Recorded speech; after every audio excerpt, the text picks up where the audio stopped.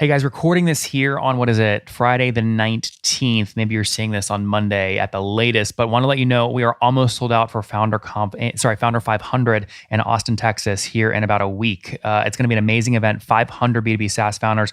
I'm looking at the attendee list.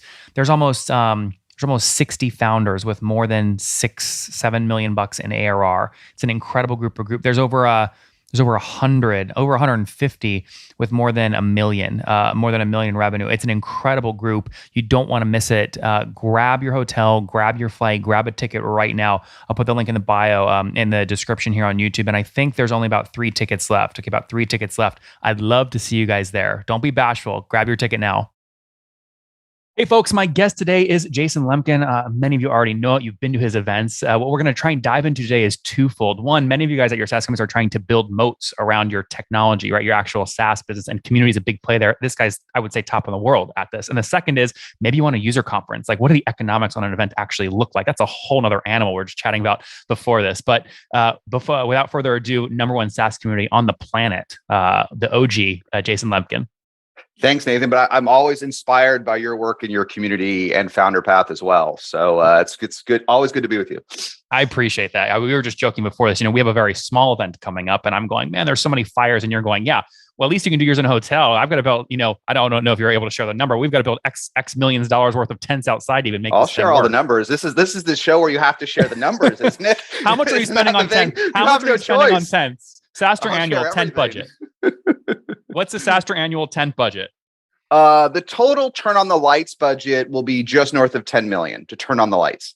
Okay. Wow. That's how we think about it. What does it cost to turn on the lights? That's before salaries, sales commissions, but the fully burdened cost is about 10 million, of which tenting, just as one fun thing, tenting is well over $1 million, approaching $1.5 million for an outdoor event, which is why one of the many reasons you go to these boring convention centers or slightly cooler hotels like you do, but they're turnkey, right? They're a product. You can make fun of convention centers, and I can make fun of them. But if you step back from it, they're a product, and there's a reason they're booked is because it's a product, right? And so once you stop using these turnkey products, it's like building bespoke software, which you've now done. It's hard. Like, why wouldn't you use turnkey software?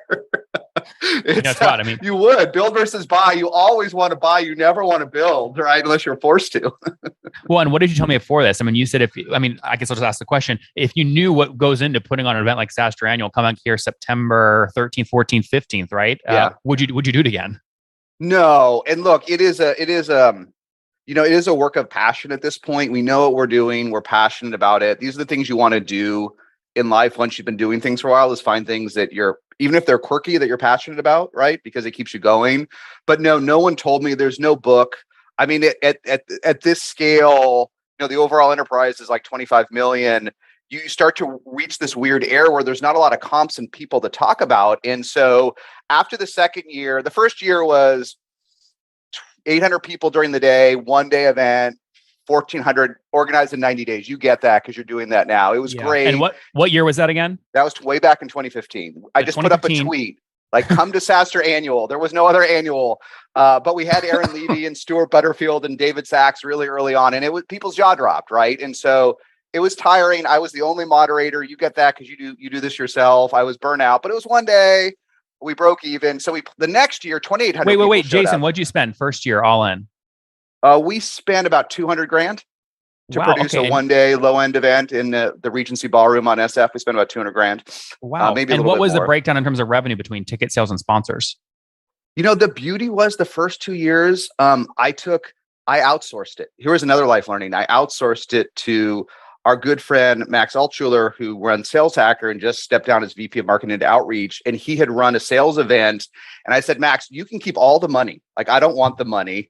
You know how to do this crazy thing. You do it. You keep all the money and just help me. I'll do the speakers and the content and the marketing. And so I didn't even know this, actually. The second year, we ended up doing 3.6 million the second year. And the breakdown was about 50-50. Yep. But everything broke, and we actually lost money that year. Even though we went from $400K in revenue on $200K in cost, we lost money the next year on 3.6 because it just got too big too quickly, right? Why did they do that though? Was it just how many people there? So 800 live in 2015 to how many in 2016? Probably 2,700 on site. Jesus. So, I mean, with how do no you do that? employees, with no one to run it, right? With no Yeah. employees, right? It's called How did product you market fit.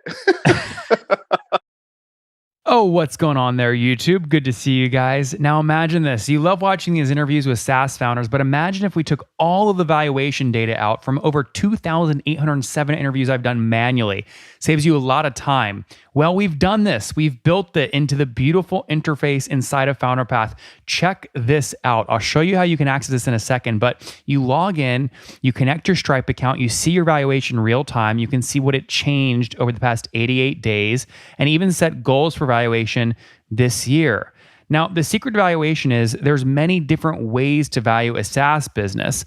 So the reason you're going to see 3 or 4 different valuations inside of your Founderpath dashboard, this is all free by the way, is because depending on who's doing the buying of your SaaS company, you're going to get a different valuation. A VC is going to pay a different valuation. Private equity firm is different. If you're going to do a minority sale, that's different. And if you sell the whole business, that's a different valuation. You can see all those when I hover over here. Right, so the teal is what a VC would pay, yellow is what private equity, and red is if you sold the whole thing outright. Now, what's cool about this is not built off random data. Again, you guys hear these interviews on YouTube. All these data are built from real-time valuation data points founders share with us on the show. So traction, 1.2 million, seed round, 3.7 raise, they sold 22% of their business. Go in here and filter by the event. Maybe you only want to see companies that have sold the whole business. Well, here are a bunch that have been acquired, the valuation and the multiple. Maybe you're going out right now and you're raising your seed round. Well, go in here and look at all this recent seed deals that went down, what they raised, what valuation they raised at, and what percent that they sold. There's never been a larger data set of SaaS valuations than what you can get now inside of Founderpath, and we're thrilled to bring it to you. All right, we're going to go back to the YouTube video here in a second, but if you want to check this tool out, if you want to jump in and sign up, you can check it out for free to get your valuation at this link, founderpath.com/products/valuations. Or if you go to founderpath.com and hover over products, click on get your valuation here and go ahead and sign up to give it a whirl. Again, all that valuation data live right inside the platform. I hope to see you there. All right, let's jump back into the interview. For those people listening right now going, okay, we're going to do user conference this year. We're going to try it. Okay. I'm listening to Jason talk on Nathan's show in 2015 with his first thing. We want to go from 500 to 1500. I mean, was it more ad spend in the second year? Was it just word of mouth? Was it not only second year? I didn't even have a list like we have today, like you and I have today. It was just word of mouth. It was just blog posts and tweets. And it wouldn't work today. We could not. I mean, we'll have over 10,000 this year. If I just waited on word of mouth, it would probably be smaller than it was in 2016 because the world has changed, right? But back then, there was no content in SaaS and cloud. You were an innovator too. Like there was no one had ever heard a VP of sales talk, or a CEO talk. Now you can fire up YouTube and there's 1,000 talks from Aaron Levy, who I love. He's done SaaStr 6 times, right? But people's jaw dropped when Aaron Levy came to the first SaaStr a week after Box IPO. No one had ever seen this. No one had ever. And our closed speaker was this guy, Stuart Butterfield, who people had started to use this app Slack, but no one had ever heard a guy like this talk from gaming to SaaS. But now the world has changed. We're much more sophisticated, right?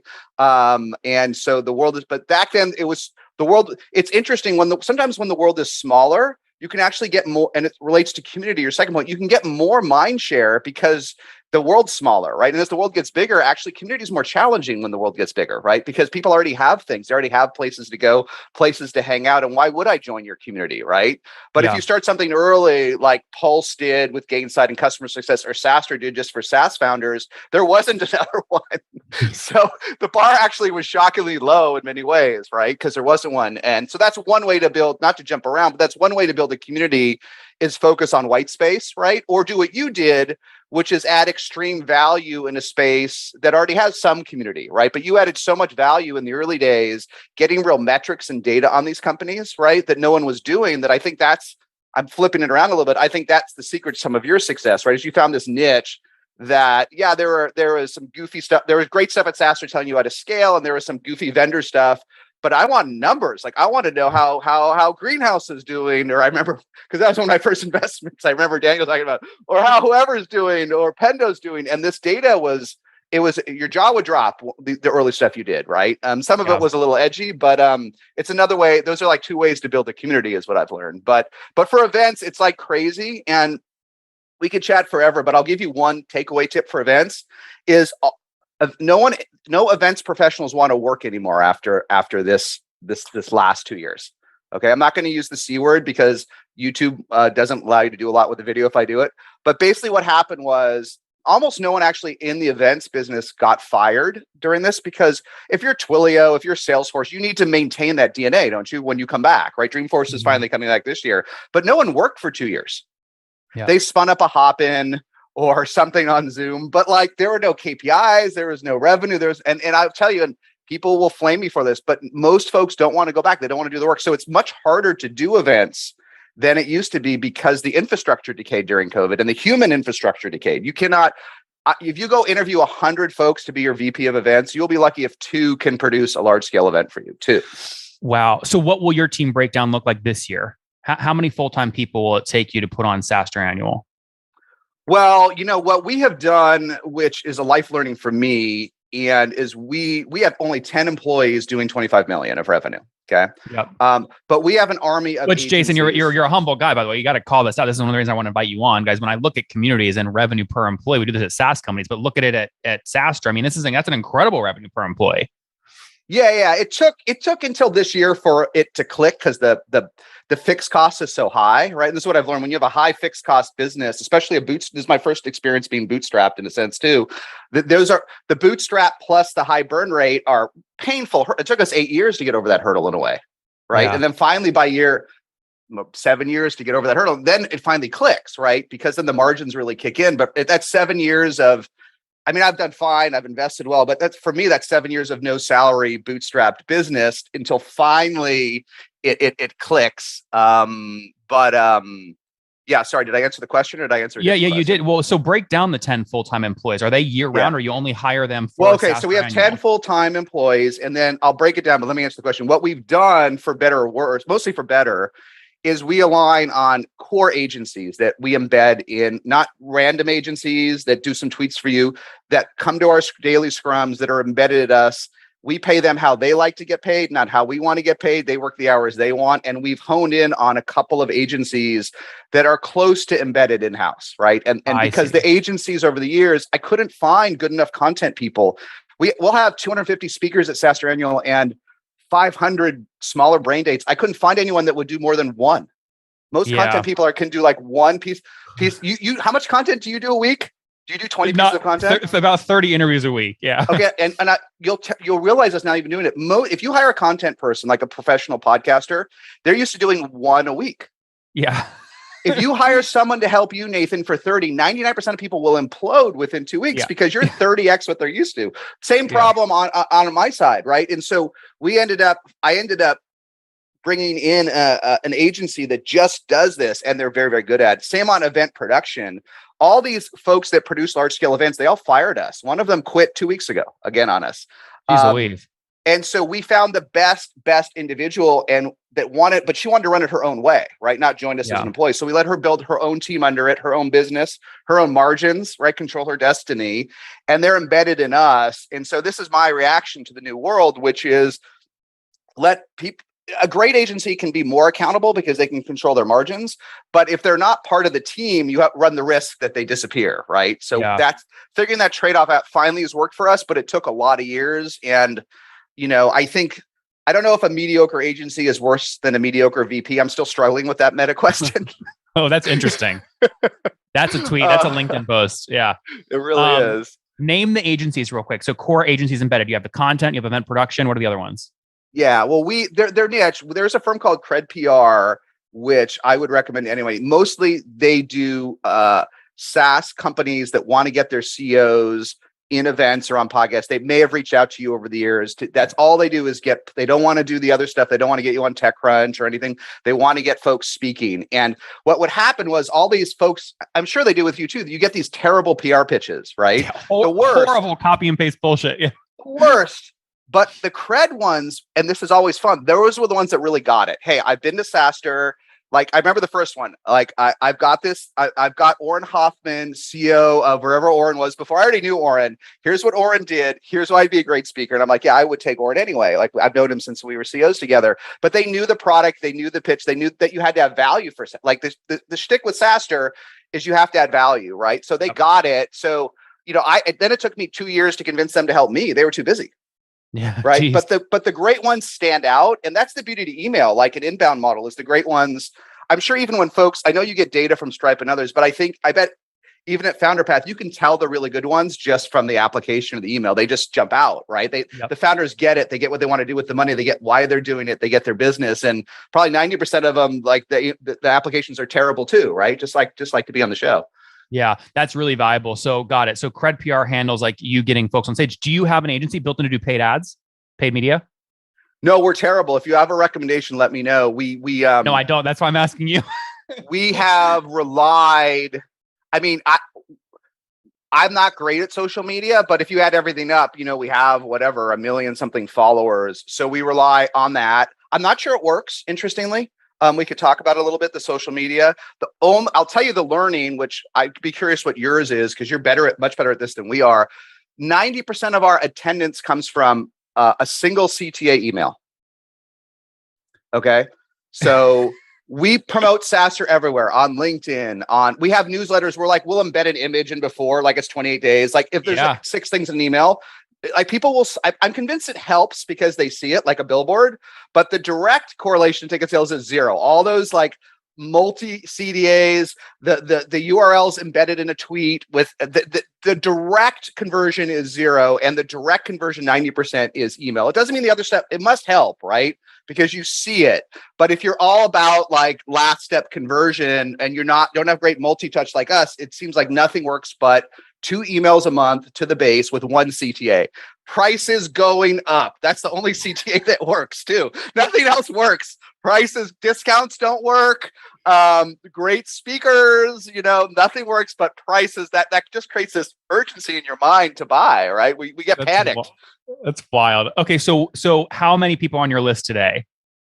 It's too small, and we're terrible. We only have 120,000 people on our list. Okay, but that's what you say. Email the base. That's what you mean. You say email the base. Yeah. We prune it super aggressively, right? People have different strategies here, whether to let the mediocre names or the expired folks. We don't want names on our list if they used to work at one company and went to the other. We aggressively, because it's for a whole bunch of reasons, right? But it's pretty bad. Our list should be about twice as big. But a lot of learnings, but not having a full-time owner of your list, right? It's very ironic that this crown jewel, which I suspect it is for you too, we don't have a full-time owner. And if someone's listening and wants to make a lot of money to own our list, I mean, a lot of money, like find me. Don't wait for me to find you. Find me. And if you're really good at it, I will double your current comp, because for a magician, it's a great role, right? Because email's magical. Yeah. Right? By the way, this is really funny.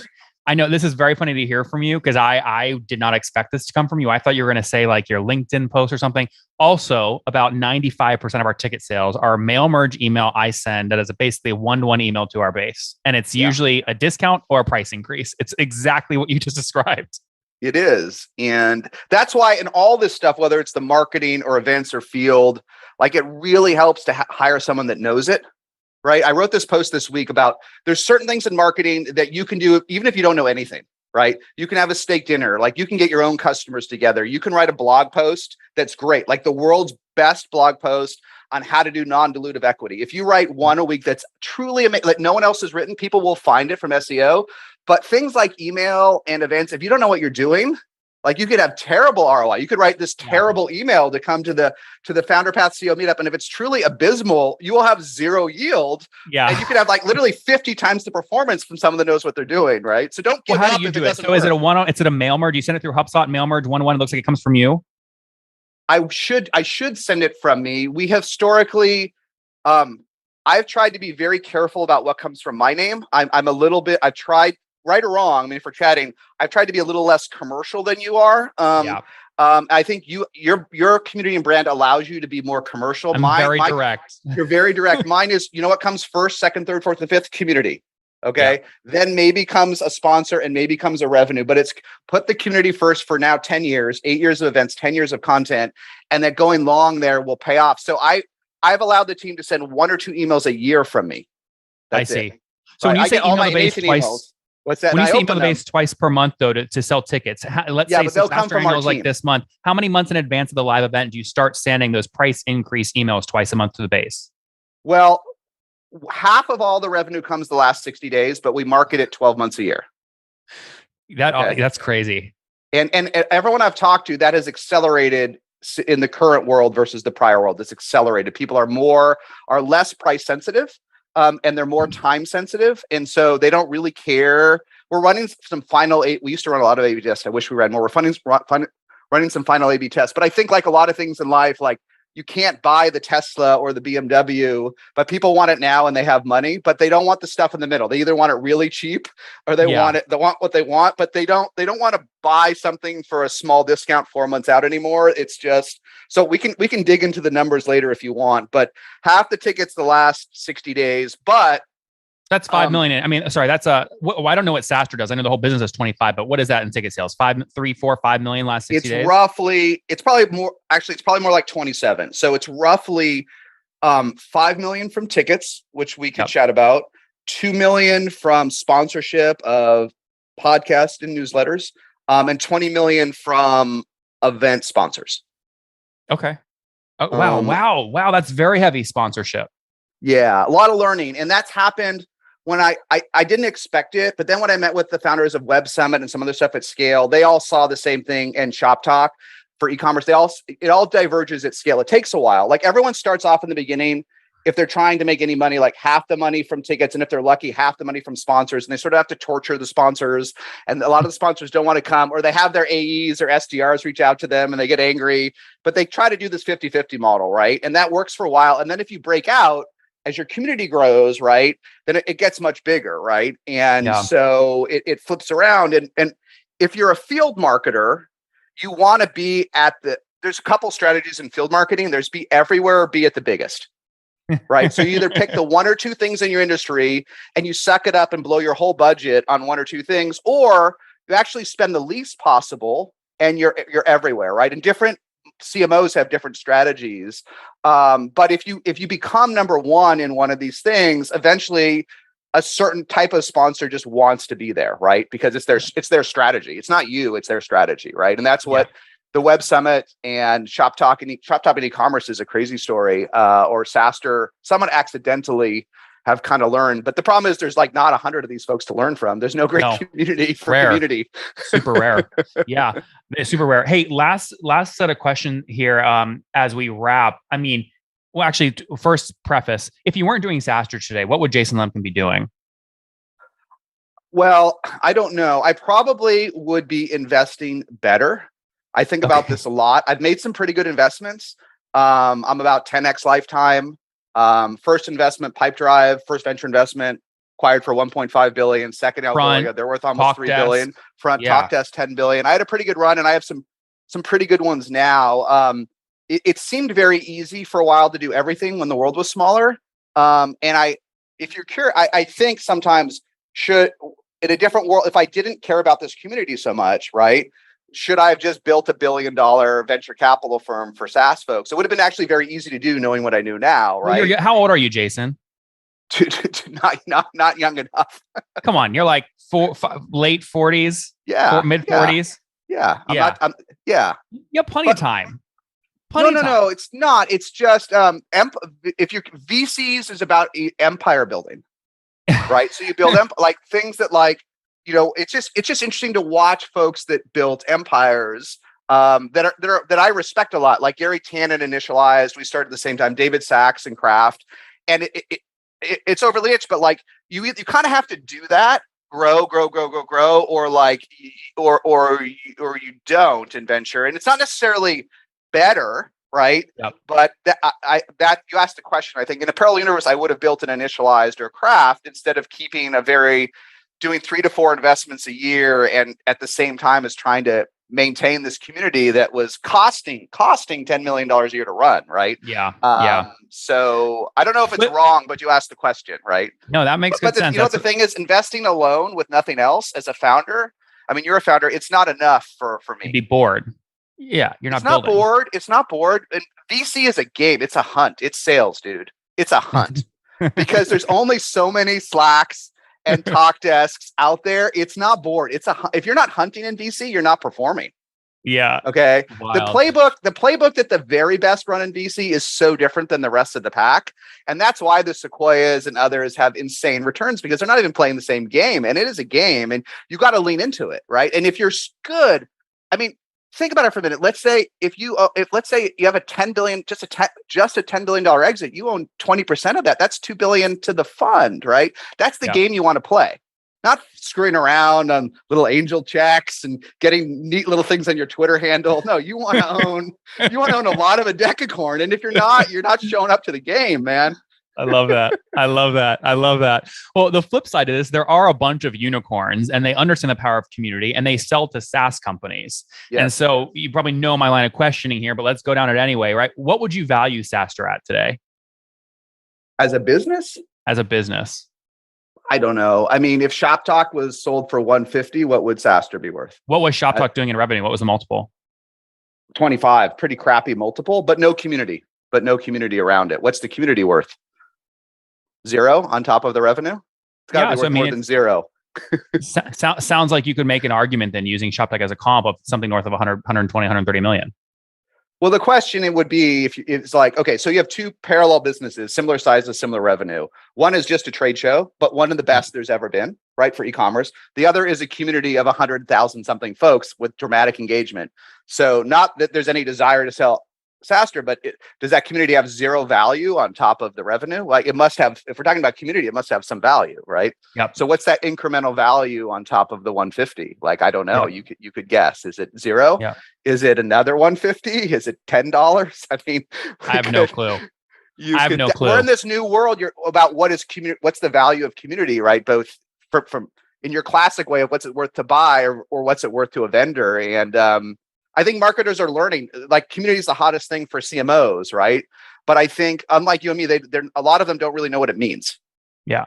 Right. Yeah. So it's going to take another 2 years for them to figure out how that really fits into the marketing stack versus making little experiments, right? Cool things like the Hustle and others are great experiments, or Indie Hacker for Stripe, or the one Zapier bought, but they're still experiments, right? And then people will learn from those experiments. And typically what we've seen over time is people make small acquisitions and small deals, and then you think they're big, and then 4 to 5 years later, the numbers are like 10 to 20 times the size. Yeah. So just to call a space fade, I mean, you look at these companies like, let's just pick one. Let's look at Christian Chargebee, right? Plenty of capital, big valuation. They sell to your audience. If they come and offer you 180 million all cash up front, but Jason still has to be the king of content and stick around for 2 or 3 years and keep doing his thing, do you take the deal? Probably not. And why is that? Well, first, I'll give you a very direct answer. If our team is tiny, if our team for some reason really wanted to do it, I would do it in 1 second. And I would do the whole I would throw myself in, I would do it if the team wanted to do it. If the team didn't want to do it, for me, I mean, I've tried to take this out of SaaStr content. But one of the things that made SaaStr special was being haunted by selling a recurring revenue business at 10 million a year, growing 100% with 120% NRR that was cash flow positive. There was no Founderpath. There was no anything else back in the day.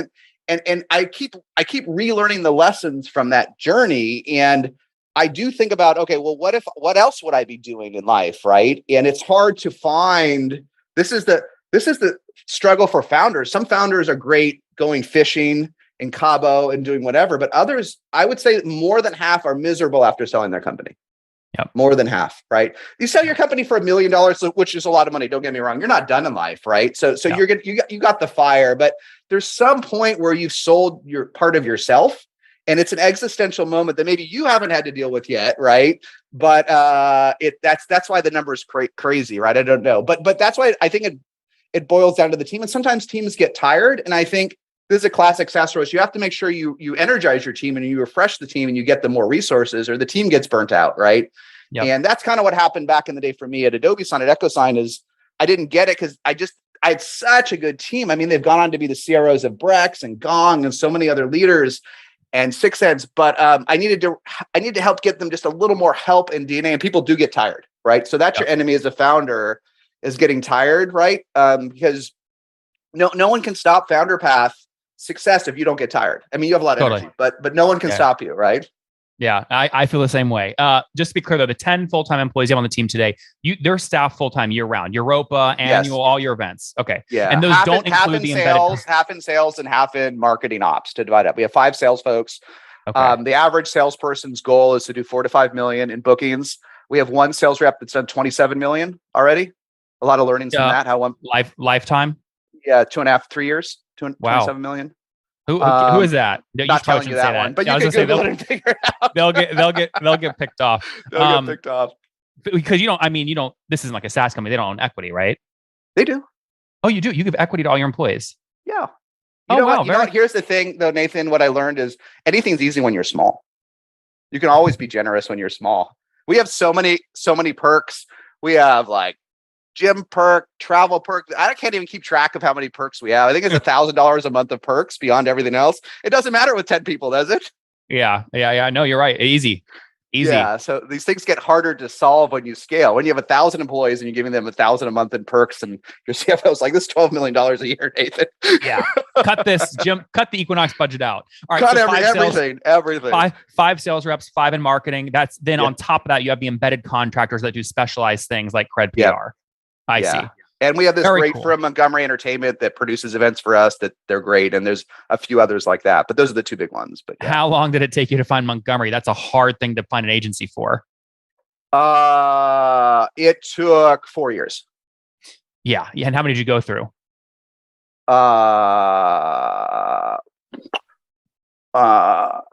One fired, 2 quit, 1 fired us.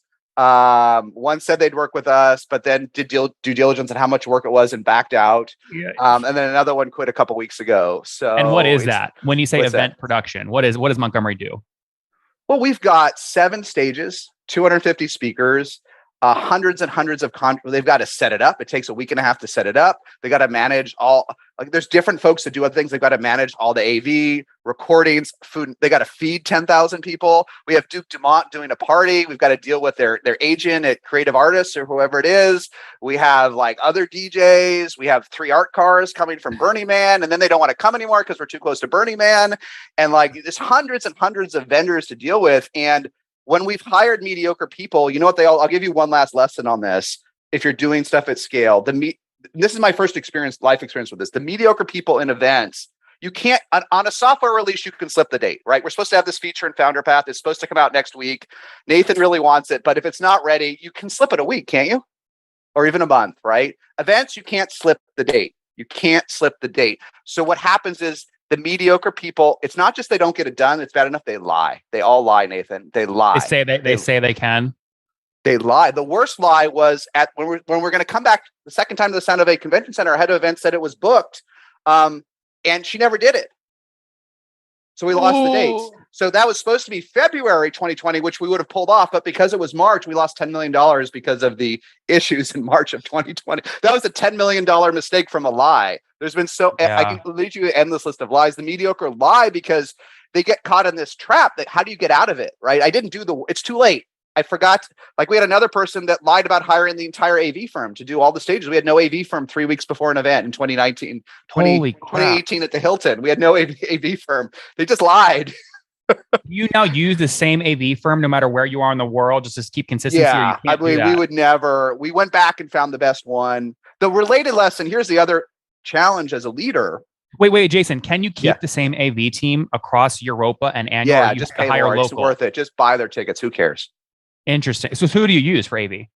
I forget the exact name of the firm. I can share it with you later. But you want to use the best one. Yeah. Okay. And what was the leader? The master contractor, but I'll tell you. But what was the leader? The leader lesson you were going to give?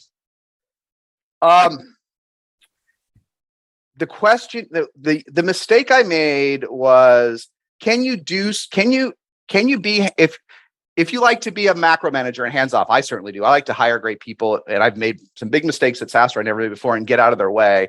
The question is, can you do that if you don't know how the function works? So I didn't know how event production worked. I didn't know how AV worked. I didn't know how any of these things worked.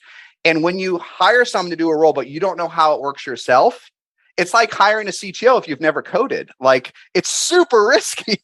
Yeah.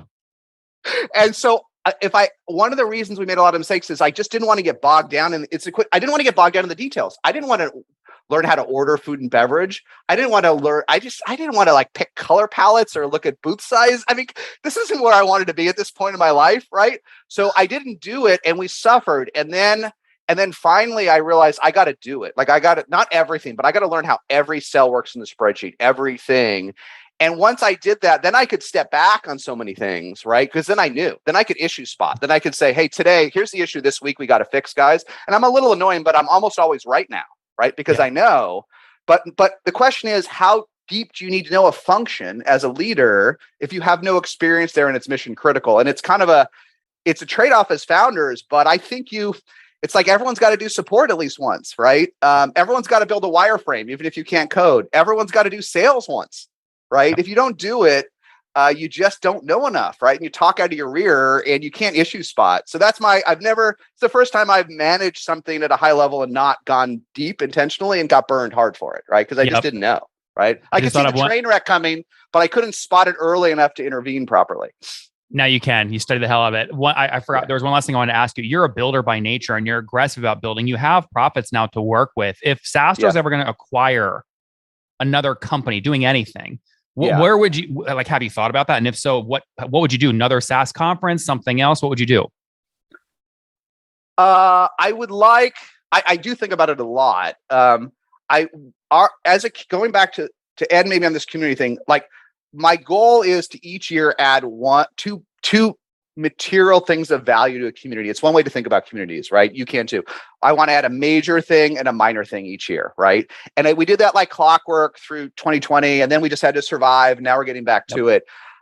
If there was some sort of media or other thing that was much better than us, that could provide more value to founders, I would buy that in a heartbeat. If there was someone doing right, if there was a different version of what you were doing 2 years ago, and you weren't going to build Founderpath, but you wanted to do 30 interviews with CEOs a week and really get the data and share it and maybe monetize it less, right?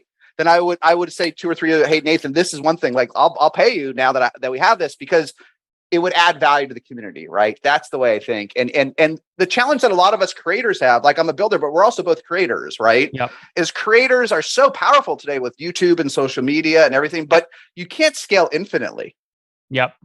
Right? You have limits, only one. And we have so many other voices on SaaStr, right? We have 300 speakers a year and we repurpose the content, but you want to do even more, right? You want to always add but if you lower the value of the content, it destroys the community, doesn't it? If you lower the, so like what you do is so good, but how do you add a Nathan 2 or 3 to what you're doing, right? Well, you can't hire content people because they're talented. I mean, you had this thing with Harry. You build a superstar, then they leave. Right? You can't. But that's good. I know it's great, but the thing is, it's really hard to build something like at SaaStr or at like the reason I decided to use the media brand to build Founderpath is because, like, I know the playbook to build what Founderpath is. I didn't know how to build a bigger media business.